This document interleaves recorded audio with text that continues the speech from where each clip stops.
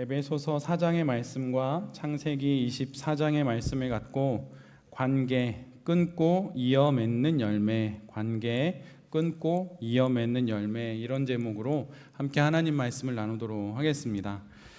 지난주에 우리 모두는 좋은 신앙은 관계를 잘 맺는 신앙이라고 말씀을 드렸습니다.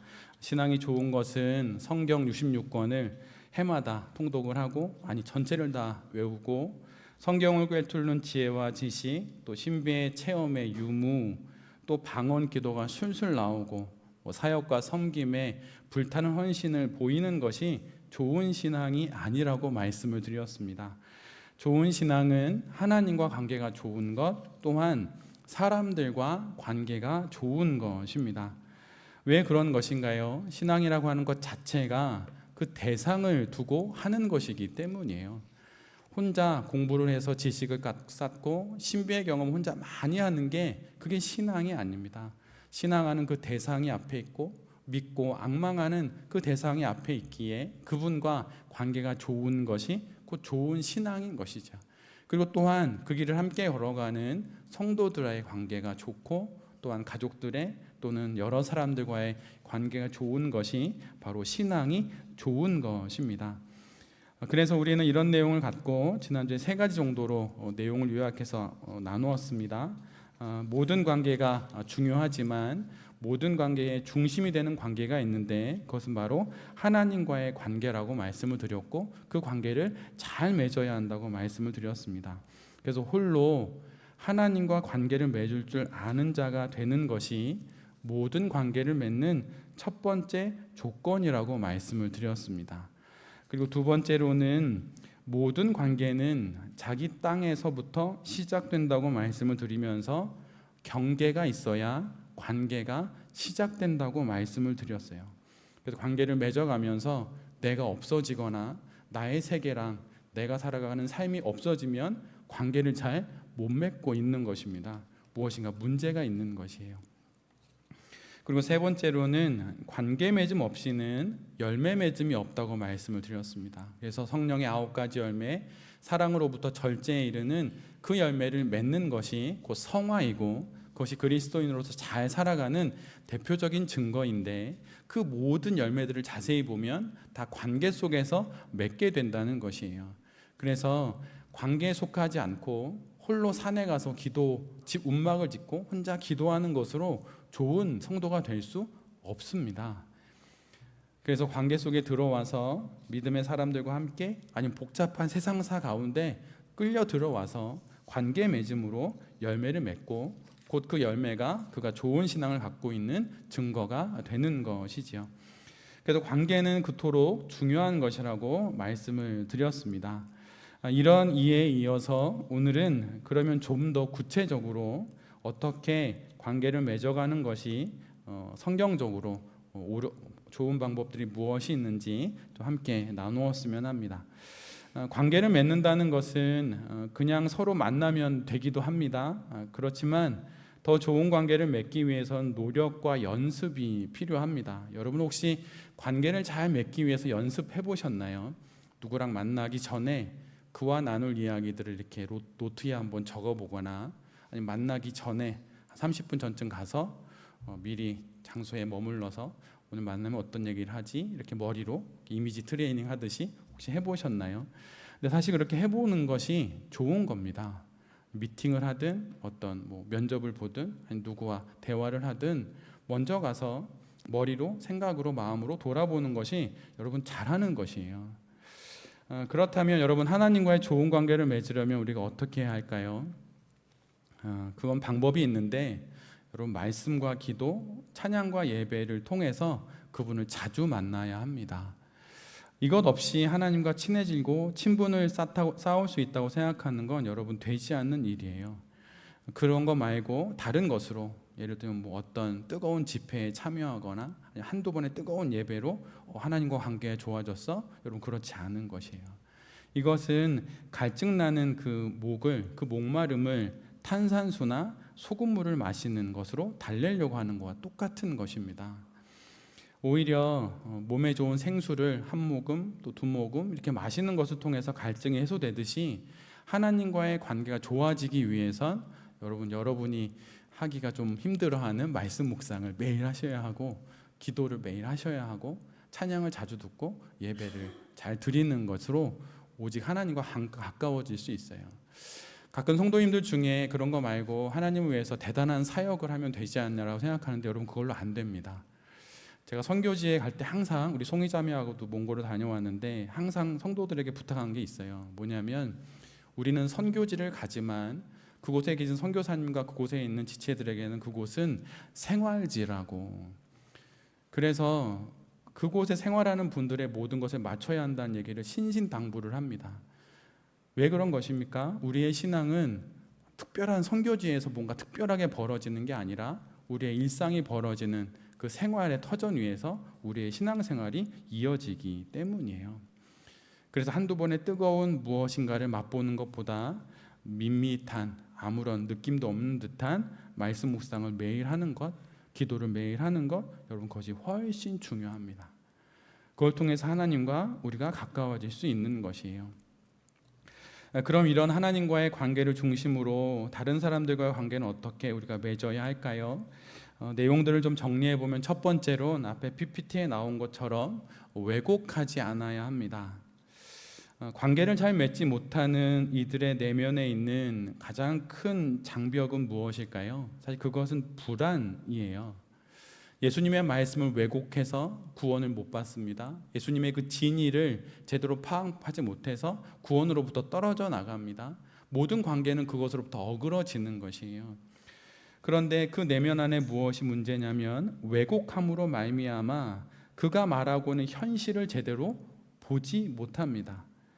제대로 보지 못하니 바르게 해석을 하지 못하게 되고 결국은 잘못된 반응을 보이게 되는 것이에요. 그 결과 관계가 힘들어지는 것입니다. 그런데 그 왜곡하는 내면을 들여다보면 앞에서 말씀드린 것처럼 불안이 있어요. 나한테 해코지 하는 거 아니야? 나한테 뭐 불이익을 주려는 거 아니야? 위험한 거 아니야? 막 이런 거죠. 당연히 조심해야 하지만 지나친 위험에 대한 경계심은 상황을 왜곡시킵니다. 그래서 흠을 찾게 해요. 저거는 뭔가 다른 의도가 있어. 이렇게. 다음 PPT에 보면 이런 말이 있어요. 흠을 발견하려는 자는 천국에서도 오류를 찾아낸다. 천국이면 완벽한 곳 아닙니까? 그런데 천국에서조차 흠을 찾는다는 것이에요. 너무 천국 같아서 싫다, 뭐 이렇게 말할 수도 있는 것이죠.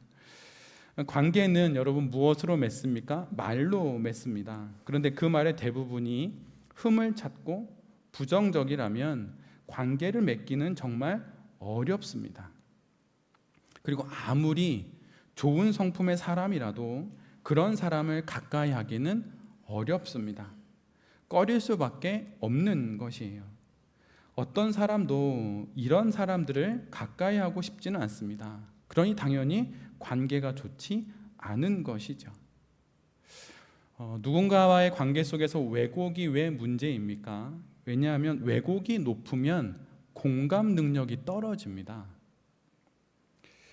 왜냐하면 공감을 하려면 마음을 오픈하고 일단은 그대로 들어줘야 하는데, 마음을 닫고 뭔가 다른 것이 있을 것이라는 생각을 갖고 들으니 공감이 안 돼요. 우리가 잘 듣는 법이라고 하는 책을 추천도서로 지난번에 읽었는데, 잘 들으려면 마음을 오픈하고 그의 이야기를 일단 다 흡수하듯이 들어야 하는 것입니다. 동의하라는 것이 아니라 일단 잘 들어야 하는 것이죠. 경청해야 합니다. 그런데 왜곡이 일어나기 시작하면 공감 능력이 떨어져서 문을 닫아버려요. 뭔가 꿍꿍이가 있어. 나를 뭔가 이용하려고 하는 거야. 이런 마음으로 얘기를 듣습니다. 그러면 어떻게 될까요? 현실 파악이 안 됩니다. 그러면 문제를 풀지 못하는 것이에요. 영혼 안에 있는 왜곡은 무엇입니까? 사실 뭐 대단한 어떤 영적인 어떤 질병이라고 말하기보다는 외부로부터 들어오는 어떤 이야기들을 걸러서 듣는 여과 장치가 좀 망가진 거고, 좀 그것이 지저분해진 것입니다. 그래서 마치 실외기에 먼지가 끼면 에어컨이 제대로 작동하지 않듯이 그렇게 되어 버린 것이에요. 그래서 여과 필터가 문제가 있어서 잘못 듣는 것입니다. 사실 이것에는 우리의 유년기와 청소년기의 관계가 영향이 있기는 있습니다. 그런데 그것 때문에 내가 지금 이런 거야 라고 말하는 건 20대까지예요. 30대 이후로 나의 유년기 때 그런 것 때문에 내가 지금도 이렇다라고 말하는 건 여러분 그건 무책임한 겁니다.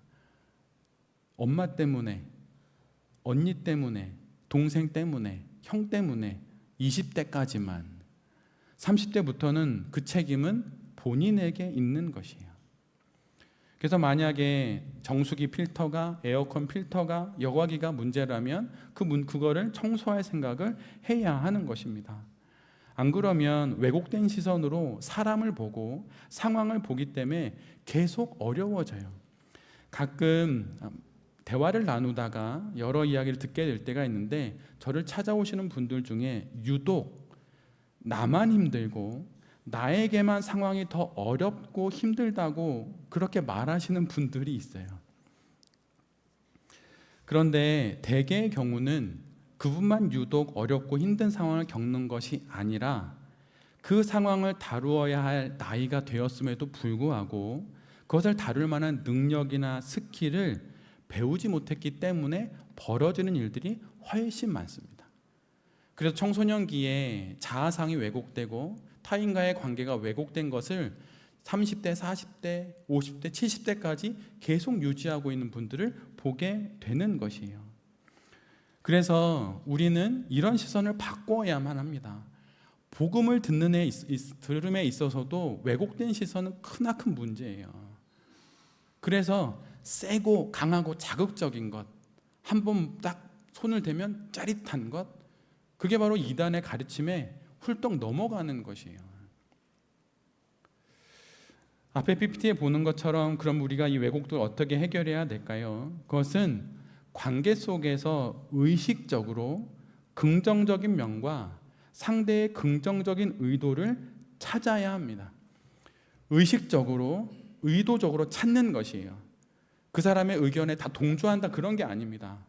그게 아니라 상대가 이야기하는 어떤 의중을 긍정적으로 바라보려고 하는 것이에요.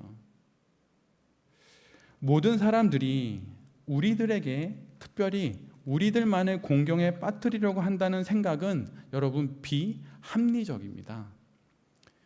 다른 사람들은 의외로 우리에게 별 관심이 없어요.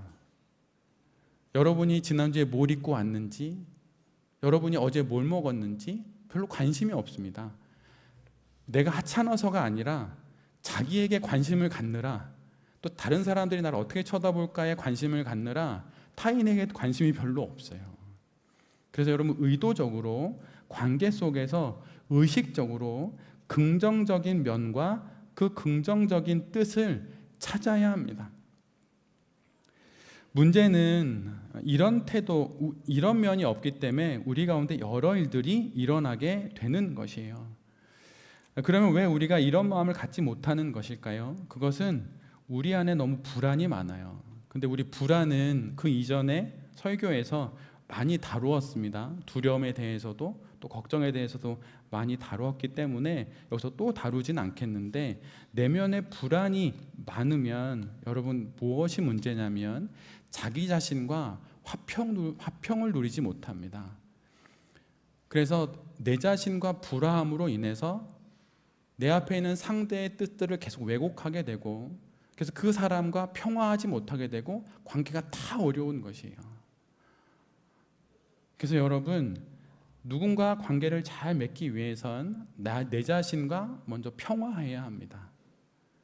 내 자신과 평화를 누리고 그 가운데서 문제들을 하나씩 풀어가야 하는 것이에요. 우리는 보통 우리 안에 있는 그 왜곡된 자아상과 또 내 자신과 평화하지 못하는 그런 내면들을 갖고 있으면 이것은 보통 밖으로 말과 행동으로 외면화되고, 그것은 다 부정적인 말로, 피해의식에 가득 찬 말로 드러나게 됩니다. 그래서 여러분 의도적으로 긍정적으로 말하려고 해야 하고 부정적으로 말하는 사람은 멀리 해야 해요. 자녀들에게 우리 중에 부모님이 계신데 자녀들에게 여러분이 줄 수 있는 최고의 선물은 뭐냐면 세상은 생각보다 안전하고 괜찮다라는 것을 아이들이 마음속에 갖게 해야 돼요.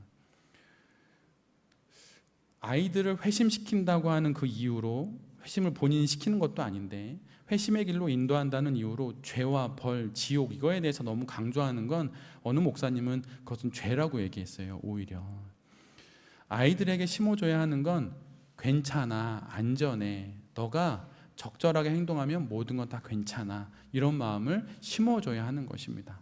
그럼 그 마음을 누가 심어줄 수 있습니까? 본인이 그렇게 느껴야 하는 것이에요. 본인이.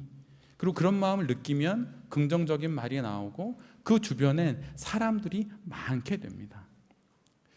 제 어머님 얘기를 잠깐 해드리면 저희 어머님은 그 시대 모든 분들이 그러하듯 전쟁과 또 여러 어려움들을 겪으시면서 초등학교밖에 나오지 못하셨어요. 그러나 그 연세의 모든 분들이 정말 영화 같은 인생을 사셔서 삶의 지혜가 많은 것을 우리가 보게 되듯이 제 어머님도 그렇습니다. 어느 날 누나가 시집 갈 때였습니다. 제 누님이 시집 갈 때 어머니께서 이런저런 살림살이를 챙겨주시면서 이제 결혼 준비를 하셨는데 그때 어머님이 누님을 불러놓고 하셨던 말이 있어요. 여러 이야기가 있는데 그 중에 제가 기억에 남는 건 이 말입니다. 딸에게 이렇게 얘기하는 거예요. 어머니가 얘야, 집에서 하루 종일 여러 일을 하더라도 남편이 집에 올 때쯤이면 화사한 옷을 입고 반갑게 웃으며 남편을 맞아 주거라. 하루 종일 일하고 온 남편이 가정에 돌아올 때 그렇게 하는 것이 지혜로운 아내인 것이다. 이렇게 어머님이 말씀해 주셨습니다. 모든 가정이 그러하듯 제 누님 가정에도 여러 우여곡절이 있었고 큰 수술도 하고 또 직장의 어려움으로 경제적인 또 난관에 부딪혀 있기도 합니다. 그럼에도 불구하고 지금도 그 가정이, 그 부부가 잘 지내고 있는 것은 이 지혜를 잘 간직하고 있기 때문은 아닌가 이런 생각을 합니다. 초월적인 것은 세속적인 세계 저편의 그 무엇이 아닙니다. 초월은 늘 일상이라고 하는 그릇에 담겨 있어요. 일상에 하나님의 숨결이 담겨 있습니다. 그래서 초월적인 것과 관계를 잘 맺기 위해선 우리가 가져야 하는 전제 조건은 일상 속에서 맞이하는 사람과 사건들을 왜곡하지 않고 그것을 긍정적인 의도와 긍정적인 생각으로 받아들이는 것이에요. 여러분, 모든 것을 일단 긍정하십시오. 긍정하십시오. 모든 것을. 제일 중요합니다. 항상 기뻐하라. 이게 무슨 말씀입니까? 다 일단은 긍정하라는 것이에요. 질병이 찾아오든 관계가 어렵든 경제적으로 너무 힘들든 일단 긍정하십시오. 그 다음에 하나님과 함께 또한 사람들과 관계 속에서 문제를 잘 풀어가면 됩니다. 그리고 불안해하지 마십시오. 불안은 신앙의 가장 큰 적입니다. 그래서 불안할 때마다 여러분 하나님께 기도하십시오. 기도. 지난 주 중에 저도 집에 가는 길에 집을 지나쳐서 기도원에 가서 2시간 정도 기도하고 왔습니다. 그래서 어제 새벽 돌베개 말씀에 제가 이제 그 부분을 잠깐 말씀드렸는데 2시간 동안 하나님께 이런저런 이야기를 드렸어요. 하나님 저랑 얘기 좀 해요. 이게 뭐예요? 막 이렇게. 근데 여러분 그렇게 하나님을 만나야 우리의 영혼이 온전해질 수 있습니다. 그렇게 하나님과 만남을 갖고 교제를 갖고 모든 상황을 긍정적으로 여러분 볼 수 있어야 합니다. 두 번째는 앞에 PPT에 나오는 것처럼 긍정적으로 비교하고 비난은 멈춰야 합니다. 관계를 잘 맺기 위해선 첫째는 남과 자신을 비교하지 않는 것이에요. 성경에 보면 이런 이야기가 나오죠. 예수님, 당신의 품 안에 있는 저 사람은 어떻게 되는 것입니까? 그럴 때 예수님이 뭐라 말씀하십니까? 네가 상관할 바가 아니다. 이렇게 말씀하세요. 다른 사람과 여러분 비교하지 마세요. 여러분은 여러분의 인생을 하나님과 더불어 살아가는 것입니다. 지금의 그 삶으로 여러분 충분합니다. 모자라지 않아요. 부족한 것이 있다 느끼면 여러분 그것을 하나님 앞에서 달라고 하세요. 돈이 부족하면 달라 하세요. 공부를 잘하고 싶으면 여러분 기도하세요. 정말 기도해야 합니다. 우리 청소년 아이들 공부할 때 여러분 그냥 한번 해보세요. 어떻게 되나. 반드시 어느 시점에 가면 한계에 도달하고 낙담할 겁니다. 나는 공부가 적성에 안 맞나 봐, 이런 생각할 거예요. 근데 공부가 적성에 안 맞는 게 아니라 공부를 제대로 하는 방법을 모르는 거예요. 공부는 어떻게 해야 합니까? 여러분 기도하고 하는 것이에요. 기도하지 않고 하면 여러분 공부 오래 못합니다. 그 증거가 저예요. 전 공부가 싫었어요. 네. 한글도 우리 집에서 우스갯소리 얘기하는 저는 한글도 10살에 띄웠습니다. 애들이 놀려요.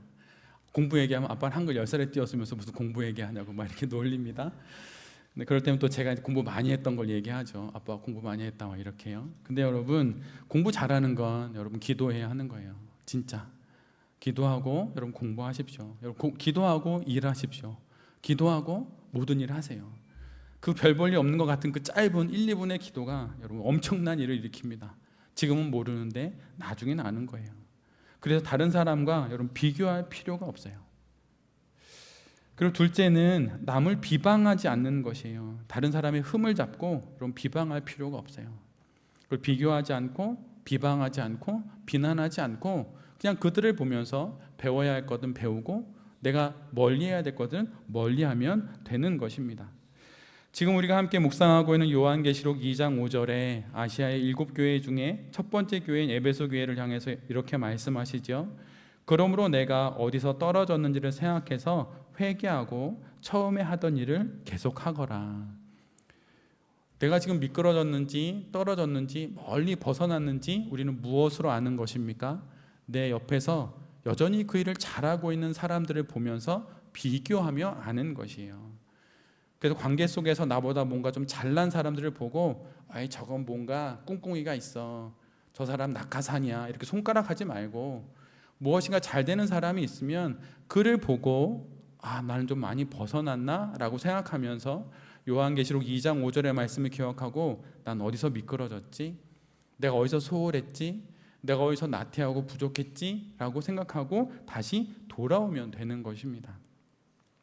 간혹 비교하는 것에 너무 지쳐서 자기보다 못한 사람들과 어울려서 그 무리 속에서 백조처럼 돋보이고 싶어하는 마음을 갖는 이들이 있어요. 여러분 그것은 정말 어리석은 것입니다. 얼마 전에 영화배우 차승원 씨가 이런 말을 한 것을 영상으로 보게 되었어요. 차승원 씨는 일부러 자신보다 좀 더 나은 사람들을 가까이 한다는 것이에요.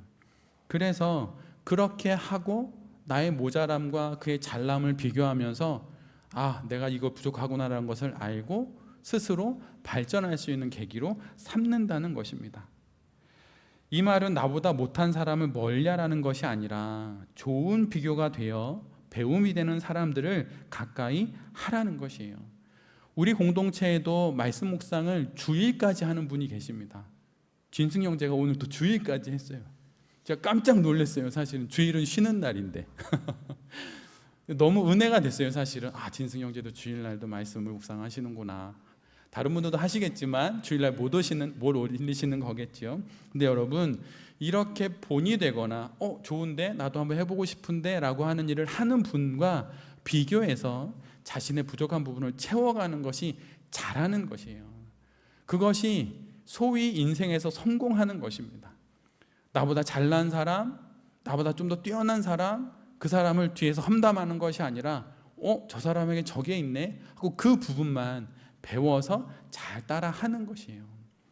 믿음의 선인들의 자서전을 읽는 이유가 무엇입니까? 여러분 그 부분을 읽다 보면 무엇을 알게 되는지 아세요? 그분들이 사실은 나쁜 일을 했다는 것도 자서전을 통해서 알게 됩니다. 그래서 배울 사람이 없구나, 존경할 사람이 없구나 이걸 알게 돼요. 근데 그거 빼고 그의 좋은 면을 나에게 부족한 것을 채울 수 있는 것으로 취해서 그것을 배우는 것입니다. 그거 하나 흠이 있다고 그를 제해버리는 것이 아니라 그에 있는 그 좋은 점을 나의 부족을 채울 것으로 생각을 하고 그 부분을 배워야 하는 것이에요. 끊임없이 상대를 깎아내리고 나를 치켜세울 생각을 해서는 안 됩니다. 그리고 이와 반대로 끊임없이 나를 깎아내리고 또한 남을 한껏 치켜세워서도 안 되는 것이에요. 이렇게 되면 여러분 어떻게 됩니까? 결국은 내 자신이 내 곁에 없어요. 내 자신이 늘 그 사람 곁에 있습니다. 내가 비교하는 그 사람 곁에, 내가 비난하는 그 사람 곁에 내가 가 있고 그런 나를 바라보느라 시간을 허비해요. 그래서 결국은 나만이 살 수 있고 나만이 살아야 하는 그 인생을 살지 못하고 허송세월을 보내다가 결국 인생을 마감하게 되는 것입니다. 그러니 여러분, 다른 사람과 긍정적으로 비교하고 다른 사람을 비방하는 것은 그만 멈추십시오. 그러면 어떻게 우리가 비교를 긍정적으로 하고 또한 비방을 멈출 수 있을까요? 그것은 앞에 나온 PPT처럼 침묵할 수 있는 자만이 침묵을 나눌 수 있습니다. 다음 PPT 부탁합니다. 침묵할 수 있는 자만이 여러분 침묵할 수 있어요. 여러분 관계십이 되게 좋은 사람을 여러분 만나시지요. 근데 여러분 그 사람들도 의외로 돌아서서 외로움을 크게 느낍니다. 진정으로 누군가 깊은 침묵을 나눌 수 있는 사람은 침묵할 수 있는 사람이에요. 그래서 기도에 관한 내용들 중에 특별히 침묵을 가장 먼저 또한 가장 중요하게 언급하는 것에는 바로 이런 이유가 있습니다. 떠다니는 먼지가 가라앉듯이 출렁이는 강물이 잔잔해지듯이 그렇게 영혼이 평안해져야 바로 내 내면을 들여다볼 수 있고 내가 잘 알고 있는 나의 이 내면으로 상대를 만날 수 있는 것이에요. 침묵함으로 나의 영혼을 들여다보는 그 시선이 있는 사람이 내 앞에 다가오는 사람을 긍정적으로 바라볼 수 있고 그의 의도와 의식을 왜곡하지 않고 그를 잘 바라보고 관찰할 수 있다는 것이에요. 그리고 또한 헛된 속임수에 넘어가지도 않습니다. 내면이 불안한 사람들, 여러분 사기치는 사람의 특징이 무엇입니까? 엄청 바빠요. 분주해요. 그래서 나로 하여금 이번에 이거를 잡지 못하면 다시는 기회가 없을 것처럼 이야기를 합니다. 여러분 그런데 그러면 그건 사기인 거예요. 모든 우리에게 선한 결정은 대부분 다 평온한 영혼의 상태 가운데 다 결정이 됩니다. 그래서 침묵할 줄 아는 자만이 여러분 침묵할 수 있어요. 여러분 잘 침묵하십니까? 아니면 한번 자신의 하루의 일과를 돌아보면 좋겠어요. 하루의 일과 중에 유튜브, 음악, 다른 사람들의 간섭, 핸드폰 다 꺼놓고 한 5분이라도 2분이라도 침묵하는 시간이 있는지. 제가 이렇게 여쭤봤을 때 대부분의 성도님들은 없었습니다. 그래서 다른 사람과 침묵하기가 어려운 거예요. 여러분 침묵할 수 있을 때만이 여러분 침묵할 수 있습니다. 그래서 그런 내용들을 정리해 보자면 다음 같은 PPT라고 말씀드릴 수 있어요. 홀로 침묵해야 함께 침묵할 수 있습니다. 그리고 남과의 비교를 멈춰야 남과의 친교가 시작됩니다. 그리고 비방을 그만두어야 관계가 시작이 됩니다. 여러분 이것을 하나님 앞에서 결단하고 이 모든 것을 하나씩 연습해 가십시오. 말하고 싶은 그 말, 누군가에 전하고 싶은 그 전화기 내려놓고 하나님 앞에 안 되면 1분만이라도 단 1분만이라도 홀로 침묵하면 그 침묵을 바탕으로 건강한 침묵을 도모할 수 있습니다. 이 사실을 기억하면서 비교와 비방을 멈추고 침묵을 통해 또 관계를 잘 맺어가는 우리 모두가 되어야 할 것입니다. 마지막 세 번째로는 다음 PPT를 보면 세 번째, 어른답게 관계할 줄 알아야 합니다. 여러분 교회에서 가장 필요한 성도가 어떤 성도일까요? 교회의 재정이 부족하니 헌금 많이 하는 성도, 교회에 여러 섬김이 필요하니 헌신이 남다른 성도, 말씀과 기도가 충만한 성도, 여러분 다 아닙니다. 교회에서 가장 필요한 성도는 어른다운 성도인 거예요. 여러분 어른이 된다는 것은 무엇입니까? 어른이 된다는 것은 이 상황에 대한 진실은 알지만 말하지 않는 것이에요. 이거 틀렸어. 3번이 답이야. 이거 이렇게 하는 게 옳아요. 이렇게 말하는 게 어른이 아닙니다. 어른은 진실을 알지만 말하지 않을 수 있는 사람이에요. 미숙함을 보고 그냥 그것을 받아들여 줄 줄 아는 사람이 어른입니다. 그래서 그가 스스로 알아차릴 때까지 기다리는 것이에요. 모든 관계는 여러분 생각하는 것보다 작은 것으로부터 시작합니다. 앞에 PPT에 나오는 것처럼 좋은 관계를 맺으려 하기 이전에 관심을 가져보는 것이 유익해요. 관계보다는 관심을, 그리고 친밀함보다는 친절함을, 그리고 마음을 나누려 하기보다는 먼저 말을 나눌 줄 알 때, 그때 여러분 관계가 시작되는 것이에요.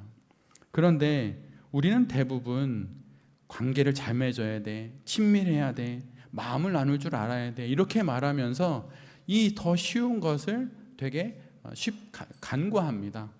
그러다 보니 관계가 어그러지고 친밀함은 쌓지 못하고 마음은 나누지 못하게 되는 것이에요. 여러분, 이건 정말 어려운 것입니다. 관계가 좋아지는 것 엄청 오래 걸려요. 지난주에 말씀드린 것처럼 영혼의 정원을 가꾸는 건 엄청 오래 걸립니다. 그래서 관계가 좋아지는 건 이렇게 교회에 오면 막 손잡고 막 형제님 자매님 막 이런 걸로 한두 달 만에 되는 게 아니에요. 1년, 2년, 10년, 20년 그러면서 서로의 눈을 쳐다봐도 마음에 애잔해 오고, 그런 건 한 20년쯤 걸리겠죠. 제가 은퇴한 때쯤 우리 돌베에게 그렇게 될까요? 그렇게 되는 것이에요. 그래서 여러분, 관계보다는 관심을 가지십시오. 오늘 머리 새로 했네. 여름이라서 머리 새로 했나? 뭐 이렇게. 저는 사실 그런 거 자매님한테 얘기하지는 않습니다. 근데 다 알고는 있어요. 산뜻해졌네? 뭐 이렇게. 오늘 새 옷 입었네? 다 알고 있는데 말은 하지 않습니다. 형제님들한테는 해요. 근데 여러분들은 그렇게 해야 되는 거예요. 예, 자매님들, 머리 예쁘게 새로 했네. 요즘에 좀 편해지셨나요? 뭐 좋네요. 이렇게 하는 거예요. 그렇게 관심 가져주는 것, 그리고 친절한 것. 오면 문 열어주고 시원한데 얼음 커피 한잔 해요. 뭐 이렇게 하는 거. 그리고 이렇게 말 건네는 것. 여러분, 것이 관계를 잘 맺는 것이에요. 근데 이 쉬운 것, 이 간단한 것은 뒤로 하고 어려운 관계를 잘 맺으려고 하니 사단이 나는 거예요. 예, 친밀하자 이런다고 친밀해질 수 없는데 그것을 이제 하다 보니 그런 어려움이 생기는 것이죠. 여러분, 뭐든지 쉬운 것부터 하는 것입니다. 우리 청소년 아이들이 있으니까 공부 얘기 잠깐 하면, 여러분 공부 잘하고 싶지요? 또 좋은 대학 가고 싶지요? 방법을 알려드릴까요? 그러면 서울대, 연고대, 정복 이렇게 하면 못 갑니다. 그런 게 아니라 반복해야 되는 거예요. 그냥 라임을 맞춰서 말하자면 엄청 지루하지만 여러분 계속 반복하는 거예요. 정복이 아니라 반복하는 거예요. 한 책을 5번 보는 거예요.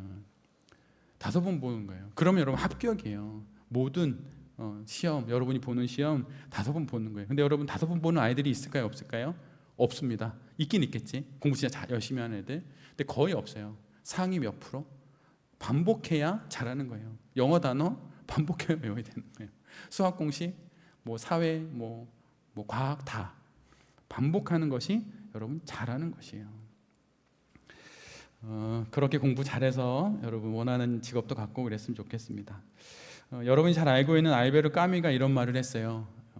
원칙은 큰 일에나 적용하고 작은 일에는 연민으로 충분하다. 여러분, 원칙은 옳고 그름, 이거 틀렸어, 이거 맞았어, 이렇게 말하는 건 큰 일, 막 나라의 운명을 결정하는 그런 일에나 그걸 말하고, 작은 일에는 그냥 여유로운 마음을 갖고 그건 다 대하라는 것이에요. 삶에 굉장히 많은 일들은 여러분 우리의 총각을 다투고 막 생명을 좌지우지하는 일들입니까? 사실은 매우 소소한 일들이에요. 신앙도 바로 그런 삶 가운데서 하게 되는 것이죠. 그래서 모든 일에 옳고 그름을 따지기보단 뭐 아니면 도다 이렇게 접근하기보다는 여러분 좀 더 쉬운 것으로 좀 더 여유를 갖고 그런 것들을 찾고 그것을 관계 맺으면 됩니다. 관계를 맺어가면서 내가 좀 불친절했던 것이 있다면 그건 적게 하고, 좀 내가 잘못한 것이 있다면 그걸 뒤로 하면서 그렇게 사람들과 관계를 맺어가다 보면 세월이 지나서 관계를 잘 맺는 그런 사람들이 누구나 될 수 있는 것이에요. 한 가지 마지막으로 가족에 관련된 이야기를 잠시 드리려고 합니다. 우리의 인생에서 가장 관계가 어려운 것이 가족입니다. 근데 여러분, 가족하고의 관계에 있어서도 우리가 기억해야 하는 것은 우리가 사랑하는 가족이지만 가족의 모든 일을 내가 다 해결해 줄 수는 없다는 것이에요. 다음 PPT 한번 보시면 우리는 그들의 손과 발이 되어주는 것이 목적이 아닙니다. 그들의 손과 발로 일어설 수 있도록 도와주는 것이에요. 근데 이런 마음을 타인에게는 잘 가질 수 있게 될 수도 있는데 가족에게는 이 마음을 갖기가 매우 좀 어렵습니다. 근데 여러분, 내가 살고 있는 삶의 한계를 넘어서서 나의 삶에 영향을 주려 하거나 내가 중요하게 여기는 일을 할 수 없을 정도로 나의 시간과 에너지를 만약 그 가족이 빼앗아 간다면 그러면 그로부터 여러분 멀리 해야 합니다. 만약에 그가 스스로 노력을 할 수 있는데도 나에게 만약 의지한다면 그때는 그 행동에 한계를 설정해야 하는 것이에요. 그가 해야 할 일에 우리가 나섬으로 인해서 정작 나의 인생에서 중요한 일에 쏟아야 할 시간과 에너지가 부족해진다면 여러분, 그 순서가 뒤바뀌고 결국엔 자제력을 상실해서 그 관계가 다 끝난 이후에 엄청 허무하게 됩니다. 그래서 정말 위급한 상황이 아니면 적절한 때에는 사랑하는 가족이라고 하더라도 여러분 거리를 둘 줄 알아야 하는 것이에요. 비행기에서 위급한 상황이 벌어지면 좌석 위에서 산소 마스크가 내려옵니다. 여러분, 그럼 누가 먼저 써야 하나요? 그때는 아이보다 보호자가 먼저 써야 합니다. 그 이유는 위급한 상황에 어른이 더 이성적인 판단을 내려서 행동할 수 있기 때문이에요. 그래서 먼저 어른이 착용하고 그 다음에 아이에게 착용시키는 것입니다. 관계에서도 마찬가지예요. 만약 내가 정서적으로 어른이라면 내 영혼을 먼저 잘 돌봐야 합니다. 그리고 그 돌본 이후에 그 여유와 여백을 갖고 성인이 된 가족의 그 부족한 부분을 채워줘야 하는 것이에요. 때로는 부모님에게도 어머니, 아버지 여기까지입니다 라고 선을 그어드리는 것이 그분에게도 안정감을 드릴 수 있습니다. 내 자녀가 나의 필요와 요구를 어디까지 받아줄지 한계선이 분명하지 않으면 그걸 확인하느라 부모님이 계속 요구하시게 돼요. 그럴 땐 어머니, 아버지 제가 해드릴 수 있는 건 여기까지입니다. 선을 그어드리고 정확하게 거기까지 해드리면 됩니다. 그리고 만약에 여유가 생기면 그 다음 좀 더 나의 삶의 영역으로 다가온 부분까지 감당할 수 있으면 감당해 드리는 것이에요. 형제들의 요구도 마찬가지입니다. 끊임없이 도와주고 나중에는 그 형제하고의 관계도 안 좋아지고 나는 내가 살고 싶은 삶도 살지 못하고 시간을 허송세월 보내서 정말 원하지 않는 삶의 자리에 있는 성도님들을 볼 때가 많이 있습니다. 여러분, 어른이 된다는 건, 믿음의 어른이 된다는 건 자신의 한계선을 명확하게 갖고 있는 것이에요. 그리고 여유를 갖고 할 수 있는 건 하고 못할 땐 못하겠다고 말하는 것입니다. 그래서 결국 그도 그의 손과 발로 일어나고 나도 나의 손과 발로 일어나서 서로가 서로에게 유익을 끼치고 도움을 주고 때로는 서로 동행하면서 그렇게 인생을 살아가는 것입니다. 이렇게 함으로 결국 우리는 이 땅 가운데 무례하지 않고 또 함부로 행하지 않으면서 많은 사람들과 관계를 잘 유지해 나가는 것입니다. 이 일이 그런데 쉽지는 않습니다. 오래 걸립니다. 그리고 너무 조바심 내지 마시고 차근차근 자신의 마음을 돌아보면서 이 여정을 잘 걸어가시면 좋겠습니다. 왜곡하지 마십시오. 다른 사람들 긍정적으로 일단 다 받아들이시고 한번 그 의도가 무엇인지 잘 확인해 보십시오. 그리고 긍정적으로 비교하고 비난은 멈추십시오. 상대에 대한 비난 굳이 그렇게까지 할 필요는 없습니다. 그리고 마지막으로는 어른답게 여러분 관계하십시오. 어른은 여러분 좀 더 참습니다. 그리고 인내하고 기다릴 줄 압니다. 그리고 일단 다 듣지요.